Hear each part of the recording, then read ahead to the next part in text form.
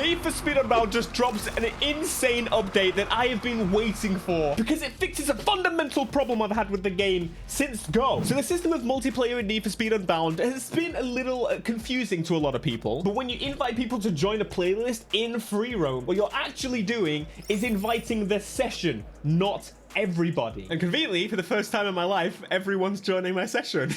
I am the only one in this playlist, and it's actually starting. Yes, you can now do events on your own. This is big because the amount of people that want to do testing and trialing on their own, I'm one of them. The amount of times I just want to do a damn race that I want to do, not one that's in the PvP, I can now do it. Now, that's not the only change they've done here. They've done quite a few, including some new customization. But first things I wanted to check is, well, the drifting. They have changed the point system on the chaining of the drifts. Now, it's always kind of been confusing to me, but basically there was a problem where when you chained drifts over and over and over, they would actually sometimes, for some reason, decrease points. So now the longer the chain, you'll get some score, and I'm gonna be honest, I don't know if I notice much of a difference, but I'm sure the people that have been drifting to absolute hell will actually notice the difference. One other significant change, and PlayStation 5 users, DualShock users, DualSense users, shall I say, there's now a vibration as we're drifting. It works properly again. They toned it down to try and fix an issue and completely broke it for drifting. So bless up, Criterion. I thank you very much. You're actually also going to see twin drift show up quite a little bit less, and the reason is both people, or multiple people, need to be drifting at the same time to actually get twin drift, not just proximity and one person drifting. Oh, and if you're one of those people that have been begging me to scream from the mountaintops that we should be able to skip songs again, we can. But obviously I don't have the music on because YouTube copyright. But thanks, Criterion. They fixed it. Oh, well, we've got even more events. They're actually returning events that people noticed were missing, which I didn't either. I think they actually technically removed only one race. They were just moved. Like, I genuinely don't know which of these events were missing and returned. I'm guessing maybe... Nope. It's the same picture. So I'm assuming ones with the same picture are maybe returning, but also keeping the new version of the... But anyway, if you now want to... You're welcome. More events. But there's also been some fixes for drag racing. Two significant changes for drag racing in the game. Now, one thing you may have noticed, when you do the beginning of the race, sometimes you'll notice that the car kind of starts to jolt forward. Some cars more than others. But what they'll now do is reset you back to the position before you start the drag race. And terrible launch. But if I now try to manually reset, well, I can't. You can't manually reset at the start of the first checkpoint because otherwise it would put you in some awkward locations. And I'm still going to try and blast this race. You ready? Watch me. I'm going to get this done. Oh boy, he's coming! Ferrari coming! Move out the way, dude! Let's go! Oh my god, don't hit me. I won. Easy. Told you. Smashed it. I got beat by an infinity! Look, it seems a very temporary fix in this situation, but I get it. They couldn't really lock the car to stop moving forward properly, so they just kind of solved it in the way that they could. For now. Yeah. The whole idea of Kaizen is to do small changes, small fixes, and things will build into bigger and bigger things over time, especially, you know, when they've got more than the small team that they have now, which again, they're doing incredible as they are, so maybe we should just stick with the small team and wait longer for the next game. Hey, maybe. Now, depending on where you saw the customization of this very car, there's actually one brand new body kit available. Kind of. If you want to know who's cheating and who's not to unlock cars, well, this is a good tell.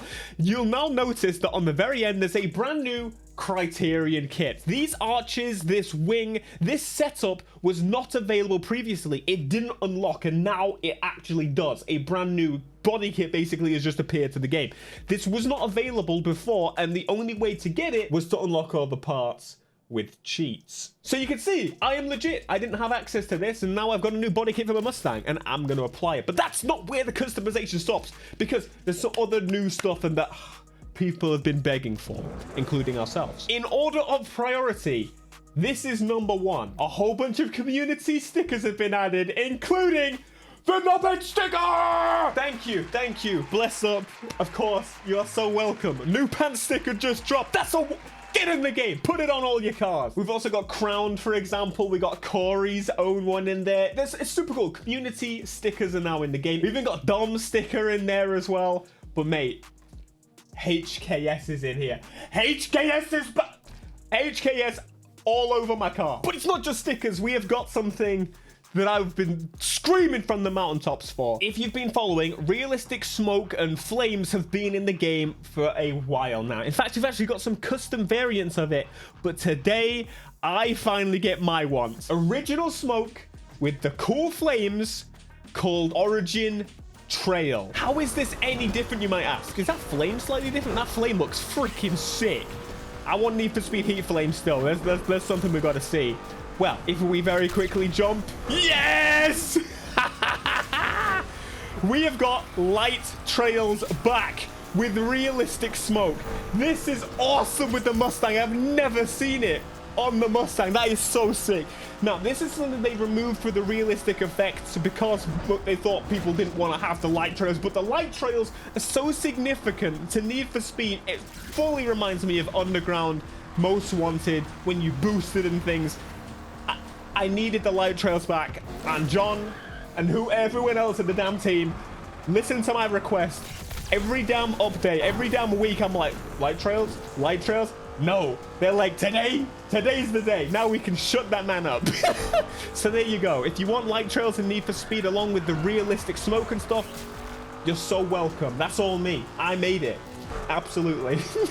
Now, there is one glaring issue that they have been made aware of, and this is something that we've been aware of, well, since for a while, actually. This is specifically talking about the events not taking you to the proper events in the PvP. This is something that they are completely aware of, and they know. They did mention that it was fixed, but they actually didn't fix it. It was a mistake, but they are working on that situation. So basically, if you don't know, on the PvP screen, when you click on one tile, it might send you to a completely different event. Sometimes it works, sometimes it doesn't. They've now figured out what the issue is, and they're working on it. But of course, they've got to make that fix happen, and then they can release it. So that's coming, well, shortly, I should imagine. But this is just a heartfelt thank you to Criterion for putting all this effort. I did not expect a fix this quickly, again, from a team that now needs to be full-time working on the next update, which is going to be the Hot Pursuit update. I think, once again, it shows the incredible passion that this team has, and